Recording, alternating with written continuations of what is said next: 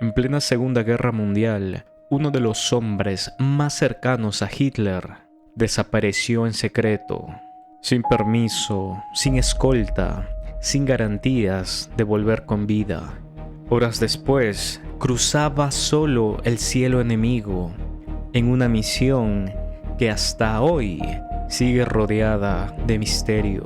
Ese hombre era Rudolf Hess, el segundo al mando del Tercer Reich, uno de los fundadores del NSDAP, la mano derecha política de Adolf Hitler durante años, y también el hombre que voló solo hacia Escocia en una de las misiones más misteriosas de toda la Segunda Guerra Mundial.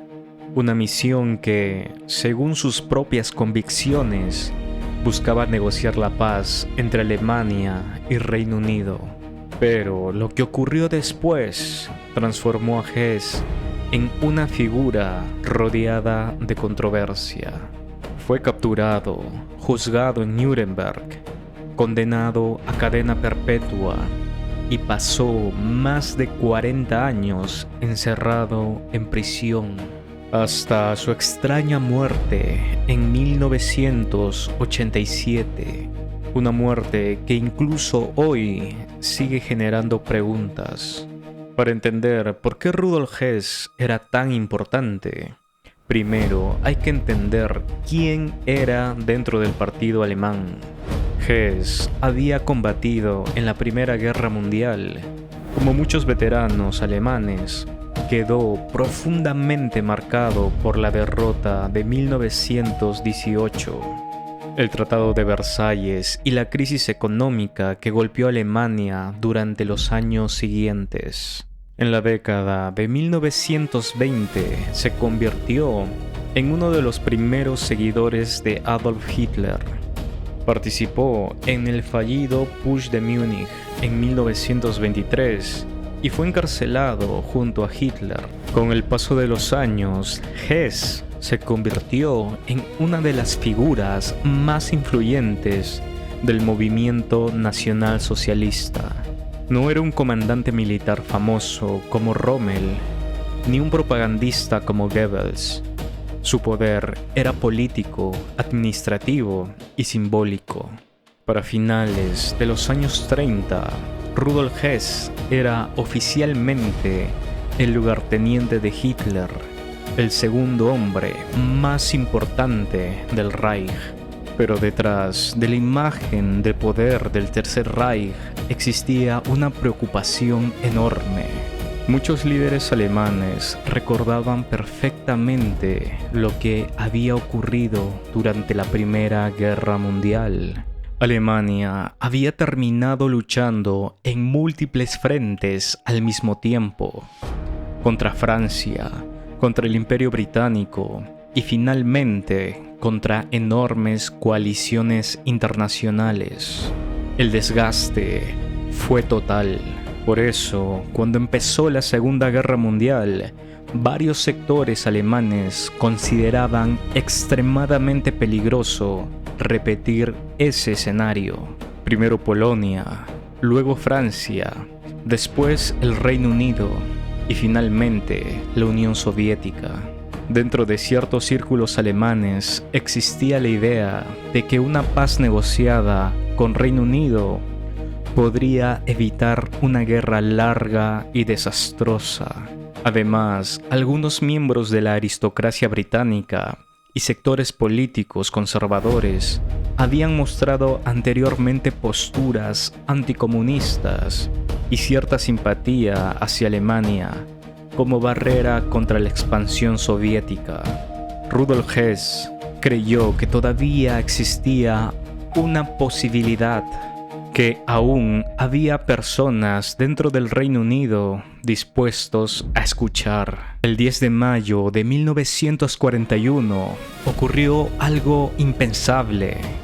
Rudolf Hess despegó solo en un avión Messerschmitt 110 rumbo hacia Escocia, sin escolta, sin operación militar, sin una invasión. Su objetivo era contactar al duque de Hamilton, una figura británica a quien Hess creía cercana a sectores favorables a una negociación. La misión sigue siendo objeto de debate histórico. Algunos sostienen que Hess actuó completamente por iniciativa propia. Otros creen que buscaba abrir un canal secreto de negociación. Y también existen historiadores que consideran que Hitler conocía parcialmente sus intenciones. Lo cierto es que Hess voló cientos de kilómetros sobre territorio enemigo en una operación extremadamente arriesgada. Finalmente, se lanzó en paracaídas sobre Escocia. Fue capturado casi inmediatamente, pero la paz jamás llegó. El gobierno británico de Winston Churchill rechazó cualquier posibilidad de negociación. Churchill estaba decidido a continuar la guerra hasta la derrota total de Alemania. Desde la perspectiva británica, aceptar negociaciones en ese momento podía fortalecer al régimen alemán y alterar completamente el equilibrio del conflicto. Mientras tanto, en Alemania, la noticia generó conmoción. El régimen declaró públicamente que Hess había actuado solo y que sufría problemas mentales. Muchos historiadores consideran que esta reacción buscaba evitar mostrar debilidad frente al pueblo alemán y frente a sus enemigos. Porque si el segundo hombre más poderoso del Reich había viajado secretamente para buscar un acuerdo, eso podía interpretarse como desesperación estratégica. Tras el final de la guerra, Rudolf Hess fue llevado a los juicios de Nuremberg.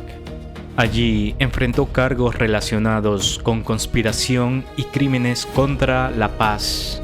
Aunque no fue acusado de dirigir campos de trabajo forzados, ni de cometer asesinatos directos personalmente, el tribunal lo consideró parte fundamental de la estructura política que permitió el inicio de la guerra. Hess recibió cadena perpetua y comenzó entonces una de las historias carcelarias más extrañas del siglo XX. Fue enviado a la prisión de Spandau en Berlín.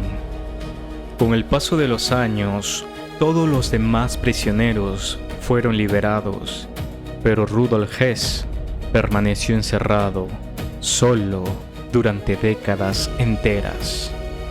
La prisión era administrada por las 4 potencias vencedoras: Estados Unidos, Reino Unido, Francia y la Unión Soviética. La custodia iba rotando entre ellas. Para muchos observadores, mantener a un anciano de más de 80 años completamente aislado parecía innecesario. Y poco a poco comenzaron protestas y campañas internacionales pidiendo su liberación por razones humanitarias. En sus últimos años, Hess recibió asistencia médica y cuidadores. Entre ellos se encontraba un médico tunecino llamado Abdallah Malawi. Con el tiempo, ambos desarrollaron una relación muy cercana. Malawi escribió posteriormente un libro relatando sus experiencias junto a Hess.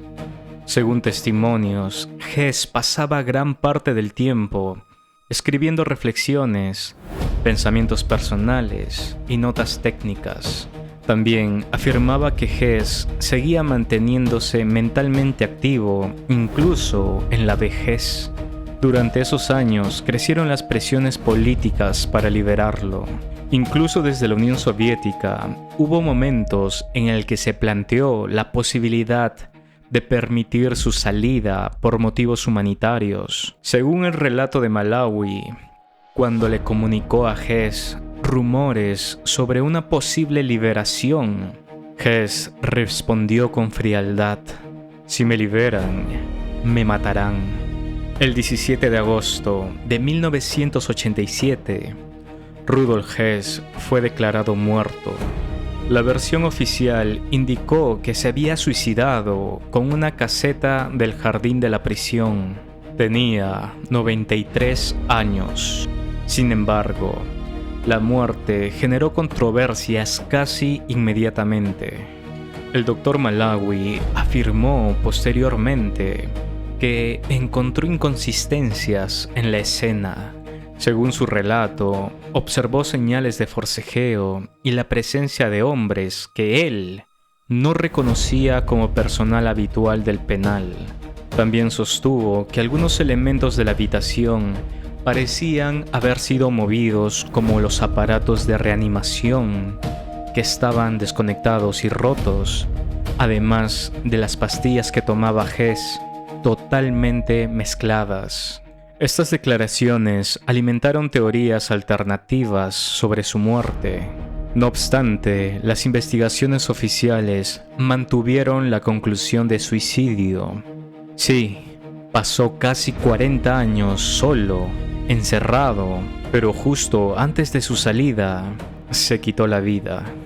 Hasta hoy, el caso continúa siendo objeto de debate entre investigadores, autores y documentalistas. Después de la muerte de Hess, surgieron múltiples teorías. Algunas apuntaban a servicios secretos, especialmente a uno en concreto. Otras afirmaban que Hess sabía demasiado sobre negociaciones secretas de guerra y su salida sería destapar planes de paz y muchas incongruencias respecto al régimen alemán. Sin embargo, muchas de estas afirmaciones nunca pudieron ser verificadas de forma concluyente. El propio Dr. Malawi aseguró durante años que existieron intentos de presionarlo o incluso darle cantidades enormes de dinero para guardar silencio sobre lo que vio en Spandau. Su libro y entrevistas ayudaron a mantener vivo el misterio alrededor de los últimos días de Rudolf Hess. La historia de Hess sigue siendo una de las más extrañas de toda la Segunda Guerra Mundial. Un hombre que pasó de ser el segundo líder más poderoso de Alemania a terminar completamente solo en una prisión durante más de 4 décadas. Un vuelo secreto, una paz que nunca ocurrió y una muerte rodeada de preguntas. Rudolf Hess sigue siendo una figura profundamente polémica dentro de la historia. Para algunos, fue un amigo leal al canciller alemán hasta el final. Para otros, un hombre que intentó detener una guerra que terminaría destruyendo Europa. Pero independientemente de cómo se le interprete, su vuelo hacia Escocia en 1941 continúa siendo una de las misiones más misteriosas y debatidas del siglo XX. Y quizás por eso, décadas después de su muerte, la pregunta siga viva: ¿qué ocurrió realmente con Rudolf Hess?